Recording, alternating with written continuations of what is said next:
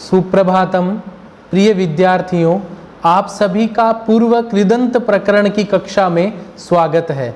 जैसा कि आपको विदित है कि कोटा विश्वविद्यालय के बीए सेकेंड ईयर की व्याकरण इकाई में कृत्य प्रक्रिया के बाद में कृदंत प्रकरण आता है। जैसा कि मैंने आपको बताया था कि जब तक णवूल त्रिचौ नामक सूत्र नहीं आता है तब तक जो प्रकरण है उसका नाम है कृत्य प्रक्रिया प्रकरण। उसके बाद में जब णवूल त्रिचौ सूत्र आ जाता है तब वहां से प्रारंभ होता है पूर्व कृदंत प्रकरणम।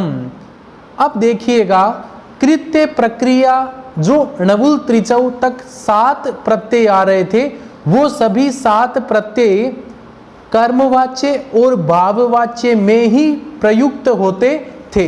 यह एक सूत्र है, तयोरेव कृत्य कतः खलर्था नामक सूत्र है। वह सूत्र कहता है कि कृत्य प्रक्रिया, कतः प्रत्यय और खलर्थ प्रत्यय, इन 3 प्रत्ययों का प्रयोग केवल कर्मवाच्य या भाववाच्य में ही होगा। समझ में आ गया? कृत्य प्रक्रिया के 7 प्रत्यय हम सभी पढ़ चुके हैं, उनके अनुवाद भी हम बना चुके हैं। आज हमारी कक्षा का श्री गणेश पूर्व कृदंत प्रकरण के प्रथम सूत्र णवूल त्रिचौ नामक सूत्र से होगा। देखिएगा उस सूत्र का क्या अर्थ होता है और उस सूत्र से कौन सी रूप सिद्धि बनती है, उसके बारे में हम सभी आज विस्तृत चर्चा कर रहे हैं। अस्तु, सर्वप्रथम आपके समुपस्थित है एक सूत्र णवूल त्रिचौ। देखिएगा, आपको समझने के हिसाब से मैं बता देता हूं कि ये पूर्व कृदंत प्रकरण है और पूर्व कृदंत प्रकरण में प्रथम सूत्र है, उस सूत्र का नाम है णवूल त्रिचौ नामक सूत्र है। सबसे पहले सूत्र का पदच्छेद करते हैं। सूत्र में 2 पद है। पहला पद यहाँ पे है णवूल, ध्यान से सुनो, पहला पद है यहाँ पे णवूल, दूसरा यहाँ पर पद है त्रिचौ। अब ध्यान से सुनो, ये जो त्रिचौ है, त्रिचौ में प्रथमा विभक्ति है और द्विवचन है। आपको पता है ना, प्रथमा विभक्ति के द्विवचन में औ आता है, राम है रामौ। उसी प्रकार त्रिचौ में भी क्या है, प्रथमा विभक्ति का द्विवचन है। तो अब आप सभी के मन में एक जिज्ञासा होगी कि यहाँ पे द्विवचन क्यों किया गया है। तो मैं आपको बता दूं, देखो णवूल है वो पहला प्रत्यय है, त्रिचौ है वो दूसरा प्रत्यय है, तो जब 2 आ गए तो द्विवचन ही होगा ना। तो अंत में क्या हो गया, णवूल त्रिचौ, यह अर्थ हो जाता है। सामान्य अर्थ है सूत्र का। अब देखो ये सूत्र क्या करता है, यहाँ पे धातु का अधिकार है ना, इसलिए धातु के बाद में ये णवूल प्रत्यय करता है। कौन सा प्रत्यय करता है? णवूल प्रत्यय करता है और त्रिच प्रत्यय करता है। समझ में आ गया? इस सूत्र से 2 प्रत्यय होते हैं। पहला प्रत्यय होता है णवूल प्रत्यय। अब ध्यान से सुनो, णवूल में ल की इत् संज्ञा हलन्त्यम तस्य लोप से लोप, ण की इत् संज्ञा चुटु तस्य लोप से लोप। तो णवूल से बचेगा वु, क्या शेष रहेगा? वु शेष रहेगा। और त्रिच में च की इत् संज्ञा हलन्त्यम तस्य लोप से लोप, तो त्रि शेष रहेगा। इतनी बात तो हम सिर्फ 2 पदों से समझ लेते हैं, णवूल और त्रिचौ। अब मैं आपको आपकी जो किताब में जो वृत्ति लिख रखी है उसके बारे में मैं आपको बताता हूं। यह देखिएगा आपकी वृत्ति क्या कहती है। वृत्ति धातो हो एतौस्तः, अर्थात धातु के बाद में एतौ प्रत्यय शब्द पुल्लिंग है, इसलिए एतौ बनता है। क्या बनता है? एषः एतौ। तो एतौ का यहां पर मतलब है णवूल त्रिचौ। अब आपके कई विद्यार्थी क्या करते हैं कि णवूल त्रिचौ की वृत्ति में लिख के आ जाते हैं धातो हो एतौस्तः। तो यहाँ पे आपको एतौ को, एतौ जो पद है उसको भी आपको स्पष्ट करना है। एतौ का यहाँ पर अर्थ क्या है? णवूल त्रिचौ, यह यहाँ पे अर्थ होगा। समझ में आ गया? कर्तरी कृत इति कर्तरी अर्थे, यहाँ पे जो कर्तरार्थे लिखा हुआ है ना, यहाँ पे कर्तरी प्लस अर्थे, यहाँ पे यण संधि हो जाती है। कौन सी संधि होती है यहाँ पे? यण संधि। कैसे होती है मैं आपको बता देता हूं। देखो, प्रथम पद है कर्तरी, दूसरा पद है यहाँ पे अर्थे। सब सप्तम्यंत पद है, सप्तमी विभक्ति है यहाँ पे, ठीक है। तो ये जो कर्तरी में जो री है ना, री के स्थान पर यहाँ पर र हो जाता है। इको एणची सूत्र है ना, वो क्या कहता है, ई उ री री के बाद में अच प्रत्याहार का कोई सा भी अक्षर हो, तो देखो री के बाद में ए है ना, इसलिए यहाँ पे री की जगह यहाँ पे र कर हो जाता है। तय और र मिला के क्या बनेगा, त्रय बन जाता है। तो सीधी सी बात यही है कि जो पूर्व कृदंत प्रकरण में जितने प्रत्यय आएंगे वो सभी प्रत्यय कर्तरी अर्थे, कर्ता के अर्थ में होंगे। पुनः बता देता हूं, 3 प्रकार के वाच्य होते हैं, कर्तरी वाच्य, कर्म वाच्य, भाव वाच्य। कृत्य प्रत्ययों का प्रयोग केवल कर्म वाच्य, भाव वाच्य में ही होता है, परंतु कृदंत प्रकरण में आने वाले कुछ प्रत्ययों को छोड़ करके बाकी सभी प्रत्यय कर्तरी अर्थ में ही होंगे, कर्ता के अंदर ही प्रयोग में आएंगे। ये आप समझना। अब देखो क्या है, धातोः सूत्र से अधिकार है वर्तते, सामान्य बात है ना। यहाँ पे धातोः सूत्र है, वो सूत्र जब तक तृतीय अध्याय समाप्त नहीं होंगे ना तब तक उसका अधिकार रहेगा। कुल मिला के बात यह है कि जो भी प्रत्यय होंगे वो धातु के बाद होंगे। अस्तु, अब देखिएगा इसका पूरा विशेष अर्थ मैंने आपको अच्छे से समझा रखा है। देखिएगा, धातु के बाद णवुल त्रिच प्रत्यय होते हैं, आपके समझ में आ रहा है। उसके बाद में कर्तरीकृत सूत्र के अनुसार ये प्रत्यय, कौन से प्रत्यय, णवुल और त्रिच प्रत्यय कर्ता के अर्थ में ही होंगे, कर्ता के अर्थ में ही होंगे। समझ में आ गया। अब देखो, णवुल इत्यत्र णकारस्य इत संज्ञा चुटु इति सूत्रेण भवति। आपको बात बताऊं, चुटु सूत्र क्या बोलता है, च वर्ग या ट वर्ग प्रत्यय के आदि में हो, प्रत्यय के आगे हो तो उसकी इत संज्ञा हो जाती है। तो ण की इत संज्ञा हो गई, तस्य लोप से लोप हो गया। अब आप कहेंगे ण की इत संज्ञा तो हो गई, ल की इत संज्ञा हलंत्यम सूत्र से, ल की इत संज्ञा तस्य लोप से लोप। कुल मिला के बात इतनी है कि यहाँ पे णवुल से क्या शेष रहेगा, वु शेष रहेगा। आपके समझ में आ गया अच्छे से। अब हम आगे बढ़ते हैं। देखो, इसका उदाहरण मैंने आपको बताया है। क्या उदाहरण है, ध्यान से सुनो। जैसे कारक है, पहला इसका उदाहरण है, कारक है इसका पहला उदाहरण है। देखो यहाँ पे कारक में डुक्रिय करणे धातु है, एक धातु है ना, डुक्रिय करणे धातु है, वो तनादि गण में पढ़ी गई है। उभय परस्मयी पदी भी होती है और आत्मनेपदी भी होती है। अनिट, यहाँ पे इट का आगम नहीं होता है। और कारक पद का अर्थ क्या होता है, करने वाला। जो कोई काम करने वाला होता है उसको बोलते हैं कारक बोलते हैं। समझ में आ गया। ये तो सामान्य मैंने धातु का परिचय बताया। प्रिय विद्यार्थियों, मैं आप सभी से निवेदन करता हूं कि धातुओं का परिचय आपको स्मरण होना चाहिए। इससे क्या लाभ होगा कि जीवन में कभी भी कोई से भी शब्द आएगा तो आप बता पाएंगे कि डुक्रिय करण अर्थ में धातु है और तनादि गण में है और दोनों उभयपदी धातु है, उससे यह शब्द बना है। अब देखिएगा, क्री धातु हो गई। अब क्री धातु होने के कारण, क्री धातु है ना, इसलिए कर्तरी अर्थ में, देखो कर्म अर्थ और भाव अर्थ में नहीं होगा, केवल कर्तरी अर्थ में णवुल त्रिचौ नामक सूत्र से यहाँ पे णवुल प्रत्यय हो गया। समझ में आ गया। णवुल से अनुबंध लोप किया था। ण की संज्ञा चुटु तस्य लोप ऐसे लोप, ल की संज्ञा हलंत्यम तस्य लोप ऐसे लोप। क्या शेष रहेगा, क्री प्लस वु। यहां तक आपके कोई समस्या है क्या? क्री धातु के बाद में वु पद आ गया। वु कैसे आया, णवुल से वु आ गया। समझ में आ गया। चलो, कुल मिला के बात है, मैंने आपको णवुल त्रिचौ सूत्र पढ़ाया। इस सूत्र से दो प्रत्यय होते हैं। पहला प्रत्यय णवुल होता है, दूसरा प्रत्यय यहाँ पे त्रिच प्रत्यय होता है। णवुल से वु शेष रहता है। देखिएगा, अग्रिम सूत्र आपके सामने उपस्थित है। यह रहा अग्रिम सूत्र, युवो रनाकौ।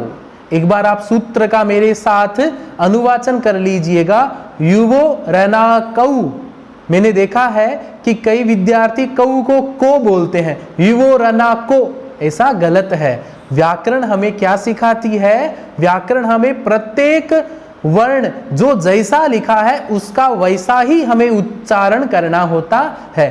चलो यह तो आपके सूत्र की बात हो गई। अब हम सूत्र का पदच्छेद करते हैं। चलो इसमें ये जो युवो लिखा हुआ है ना, इसमें पहला पद तो है यू, दूसरा पद इसमें है वो। पहला पद है यू, दूसरा पद यहां पर है वो। अब देखो यहां पे यू और वो आगे लिख रखा है अनाकऊ।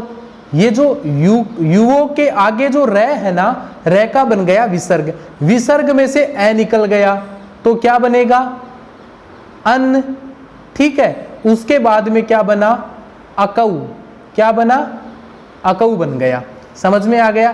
तो आपके पहला काम यही होना चाहिए कि सूत्र का सूत्रच्छेद तो आपको करना आना ही चाहिए। तो पहला पद इसमें हो गया यू, दूसरा पद यहां पे हो गया वू, ठीक है। तो पहला पद हो गया यू, दूसरा पद हो गया वो हो, तीसरा अन और अक। मैं चारों पद यहां पे लिख देता हूं। देखो यह हो गया यू। अब वो है ना, वो में षष्ठी द्विवचन में वो हो बनता है। समझ में आ गया। तो देखो यहां पे दूसरा पद हो गया वू, समझ में आ गया। अब अन अकऊ, अन का मतलब अन आदेश है और अक। युवो और अनाकऊ सूत्र से काम के केवल 4 ही पद है। पहला पद यू, दूसरा पद वू, तीसरा पद अन, चौथा पद अक। क्रमशः वही आदेश हो जाते हैं। आपको क्या करना है, यू के स्थान पर अन आदेश करेंगे, अस्तु वू के स्थान पर अक आदेश करेंगे। समझ में आ गया। आपको पुनः बता देता हूं, युवो अनाकऊ सूत्र है ना, वो यू को हटा करके अन आदेश कर देगा, वू को हटा करके अक आदेश कर देगा। समझ में आ गया। आदेश है शत्रुवत भवति, आदेश शत्रु की तरह होता है ना, इसलिए पहले यू और वू को हटाकर अन और अक आदेश कर देंगे। यही बात यहाँ पे वृत्ति में है। यू वू एतयोः, एतयोः का मतलब इन दोनों का। अनाकौस्त है, अनाकऊ का अर्थ होता है अन प्लस अकऊ। वैसे अनाकऊ पद है ना, उसमें दीर्घ सवर्ण दीर्घ संधि हो रखी है। अन का ए और अक का ए और ए मिलाकर आ हो जाएगा, ठीक है। औ है ना, वो द्विवचन का है। तो कहने का अभिप्राय यह हो गया, इस सूत्र से यू के स्थान पर अन आदेश, वू के स्थान पर अक आदेश। यही बात आपके आगे समझा रखी है। यू और वू के स्थान पर क्रमशः अन तथा अक आदेश होते हैं। अन तथा अक, अब इसको आगे थोड़ा और समझा रखा है। अन और अक दोनों अदंत आदेश हैं। अदंत का मतलब क्या होता है, ए जिसके अंत में रहे। देखो यहां पे आप जब अन आदेश करेंगे ना, तो अन के अंत में ए अंत में है, अक के अंत में ए अंत में है, इसलिए ये दोनों आदेश अदंत है। अदंत का अभिप्राय यह होता है ए दोनों के अंत में है, ये दोनों हलंत नहीं है। समझ में आ गया। उसके बाद में आगे लिख रखा है, अनेकाल होने के कारण अनेकालशित सर्वस्य से सर्वादेश हो जाता है। कहने का अभिप्राय क्या है, एक ना परिभाषा है। परिभाषा का क्या अर्थ है, अनेक अल शित सर्वस्य। कहने का अभिप्राय क्या है, जहां पे एक अल से अधिक अल है तो वहां पे हमें संपूर्ण के स्थान पर हमें आदेश करना चाहिए। ये अनेकालशित सर्वस्य जब कभी ऐसा प्रसंग आया तो और आपको अच्छे से समझा दूंगा। अभी तो आपको इतना समझना है, यू के पूरे के स्थान पर अन करना है, वू के पूरे के स्थान पर अक आदेश करना है। अस्तु, अब देखो हम चलते उदाहरण की तरफ। चलो अब देखो, यहां तक आपकी स्थिति समझ में आ गई थी क्या। क्री प्लस वू, क्री कैसे आया, डुक्रिय करणे धातु से क्री आ गया। णवुल त्रिचौ सूत्र से णवुल प्रत्यय किया था, णवुल से वू शेष रहा था। यहां तक आपकी स्थिति समझ में आ गई। अब देखो, क्या यहां पे युवोर अनाकव सूत्र लगेगा क्या, लगेगा। क्यों लगेगा, क्योंकि वह सूत्र क्या कर देगा, प्रत्यय का जो वू है उसके स्थान पर अक आदेश कर देगा। ठीक है, इति सूत्रेण वुकारस्य स्थाने अक आदेश है। समझ में आ गया, कौन सा आदेश कर दिया, अक आदेश हमने कर दिया। तो क्या शेष रह गया हमारे सामने, देखो यह शेष रह गया ना, क्री प्लस अक। पहले क्री प्लस वू था, वू के स्थान पर हमने अक आदेश कर दिया। अस्तु, अब एक बात बताऊं मैं आपको, एक सूत्र है अचो यिणीति, सूत्र का नाम क्या है? अचो यिणीति नामक सूत्र है। क्या करता है यह सूत्र? यह सूत्र वृद्धि करता है। कब करता है? यिणीति, यदि वहां पे या तो य की इत संज्ञा हो या वहां पे ण की इत संज्ञा हो तो ही वहां पे वृद्धि होगी, अन्यथा वृद्धि नहीं होगी। समझ में आ गया? णवुल में हमने ण की इत संज्ञा की थी ना, इसलिए यहां पे वृद्धि तो होगी, यह तो निश्चित ही है। तो अचो यिणीति सूत्र से वृद्धि हो जाएगी। अब एक बात बताओ आप, ये जो क्री में जो री है इसकी वृद्धि क्या होती है? आ होती है। याद रखो, री की वृद्धि आ होती है, फिर एक उरण रैपरह नामक सूत्र है, उससे रपरत्व हो जाता है। चलो मैं आपको बता देता हूं। देखो ये जो क्री है ना, क्री में यही मिला हुआ है ना, कै और री मिला हुआ है। तो अब कै तो आधा का आधा पड़ा है हलंत वाला, री के स्थान पर हम कर देंगे आर आदेश। क्या करेंगे? आर आदेश। तो कै में आ मिला तो क्या बन गया? का रे बन गया। क्या बन गया? का रे। समझ में आ गया? रपरत्व कर दिया। तो हमारे सामने कुल मिला के बाद स्थिति कौन सी आ गई मैं आपको बता देता हूं। देखो, कार प्लस अक, यह स्थिति आ गई। अब देखो ये जो रे है वो रपरत्व में रे हलंत होता है। अब हलंत वाले रे में ए मिल गया तो रे क्या हो गया? पूरा हो गया। और कै पड़ा है तो क्या बन गया? का रे क। क्या बन गया? कारक। अब देखो ये कृदंत प्रत्यय है ना, इसलिए कृतद्धित समासास्त्र सूत्र से यहाँ पे प्रातिपदिक संज्ञा, स्वौज समौट सूत्र से यहाँ पे सु प्रत्यय, सु में उ की संज्ञा उपदेशे जुनुनासिकित तस्य लोप से लोप, और ससजुषोरु सूत्र से सैका रू उपदेशे जनुनासिकित से उ की संज्ञा तस्य लोप से लोप। रै का खर वसानियो विसर्जनीय सूत्र से रै का विसर्ग। क्या बन गया? कारकह बन गया। क्या बन गया? कारकह बन गया।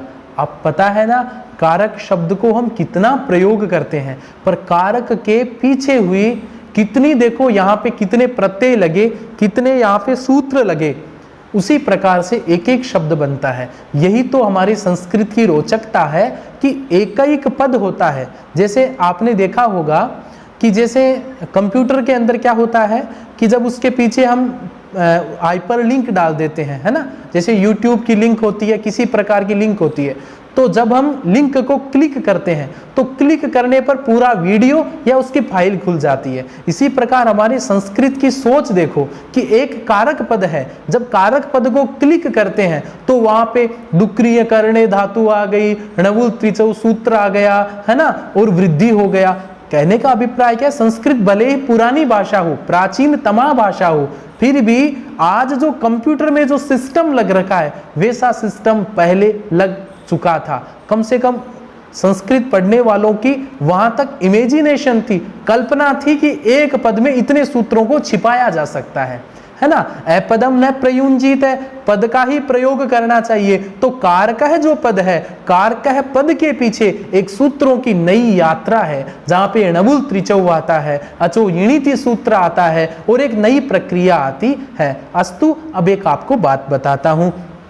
ये जो कारकह पद है ना, ये कर्ता अर्थ में ही होगा, कर्तृवाच्य में ही होगा। कैसे? जैसे कृत्य प्रक्रिया में आपने क्या किया था, जैसे राम के द्वारा धर्म का चयन करना चाहिए, तो रामेण धर्मः चेतव्य।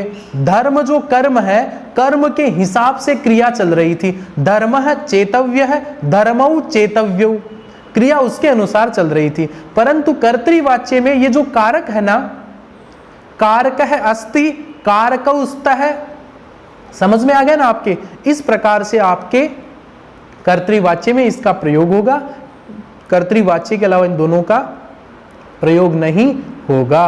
अब देखिएगा आपके सामने एक दूसरी रूप सिद्धि आती है जिसको हम अच्छे से पढ़ेंगे। अस्तु, चलो, यह आपके समुपस्थित रूप सिद्धि है। रूप सिद्धि कौन सी है? कर्ता। कर्ता में क्री धातु है, वही डुक्रिय करने धातु है और क्री धातु है। कर्तरी अर्थ है, यहाँ पे जो कर्तरी है ना वो सप्तमी एक वचन है। कर्ता के अर्थ में णवुल त्रिचौ इति सूत्रेण त्रिच प्रत्यय कृते। कारकः में हमने णवुल प्रत्यय किया था, यहां पे हम त्रिच प्रत्यय करेंगे। ठीक है, त्रिच में अनुबंध लोप, चैकित संज्ञा हलंत्यम, याद रखो चूटू सूत्र है वो प्रत्यय के आगे यदि च छ ज झ ट ठ ड ढ हो तो ही संज्ञा करता है, नहीं तो नहीं करता है। अनुबंध लोप हो गया तो स्थिति क्या आ गई, क्री प्लस त्रि, ऐसी स्थिति हमारे सामने आ जाती है। ठीक है, अब देखो एक सूत्र पढ़ा था हमने, सार्वधातु कार धातु कयो सूत्र है, वो सूत्र कहता है यदि किसी धातु में आर्ध धातुक संज्ञा या सार्वधातुक संज्ञा हो रखी है और धातु इगंत हो, इगंत का मतलब धातु के अंत में ई उ री ली अंत में हो, तो एक बात बताओ ये जो क्री है क्या ये इगंत धातु है? इसके अंत में री अंत में है ना, कै प्लस री से क्री बनता है, समझ में आ गया। तो सार्वधातु कार धातु कयो सूत्र से धातु इगंत होने के कारण, आर्ध धातु संज्ञा होने के कारण यहाँ पे क्या हो जाएगा, गुण हो जाएगा। क्या हो जाएगा, गुण। और उर्ण रपर से रपरत्व हो गया तो क्या बन गया, क्री का गुण क्या हुआ, क र और त्रि बन गया। तो मूल शब्द क्या बन गया, देखो त्रि तो हमारे पास त्रिच का पड़ा था, अब क्री के स्थान पर अर किया, अर में जो र है वो हमेशा ऊपर चला जाता है ना। वो जल तुम्बिका न्याय है कि जिस प्रकार वो तुम्बिका होते हैं जो ऋषि मुनि रखते हैं कमंडल, उसको कितना ही पानी में डुबो वो बाहर की तरफ आ जाता है, इसी प्रकार ये जो र है ना, ये र ऊपर चला जाएगा। तो मूल शब्द बना कर्तरी शब्द बन गया। यहां तक आपके समझ में आ गया ना अच्छे से। अब देखो क्या करना है, आपको पता है ना प्रत्येक कृदंत प्रत्यय के बाद में हम क्या करते हैं, स्वादि कार्य करते हैं। ठीक है, तो कृतद्धित समास शास्त्र से प्रातिपदिक संज्ञा, स्वौज समौट सूत्र से सुप्रत्यय, अनुबंध लोप हो गया, कर्तरी प्लस स ऐसा बन गया। ठीक है, अब एक सूत्र है उससे अनंगादेश हो जाएगा, तो री के स्थान पर अनंगादेश हो गया तो क्या बन गया, कर्तन। मैं आपको बता देता हूं कि जैसे कर्तरी शब्द ऐसे बनाना, मैं पूरा इसके विच्छेद कर देता हूं ताकि आप बिल्कुल संशय में न रहे। कर्तरी शब्द ऐसे ही बना है। ठीक है, अब देखो क्या है, कर्तरी शब्द ऐसे ही बना है। अब देखो यहाँ पे क्या हो जाता है कि जब री के स्थान पर अनंग आदेश करेंगे तो त्रि में अनंग आदेश कर दिया तो क्या बना, तन बन गया ना। देखो कर्तन, मूल शब्द क्या बन गया, यहाँ पे कर्तन शब्द बन गया। ठीक है, उसके बाद में यहां लिखा हुआ है सर्वनाम स्थाने चा संबुद्धौ सूत्र से उपधा का दीर्घ, उपधा अलोन्त्यात पूर्व उपधा होता है ना, तो देखो क्या बना, कर्तन प्लस स बन गया। अब ये नांत है, न अंत में है, इसलिए सर्वनाम स्थाने चा संबुद्धौ सूत्र से उपधा दीर्घ।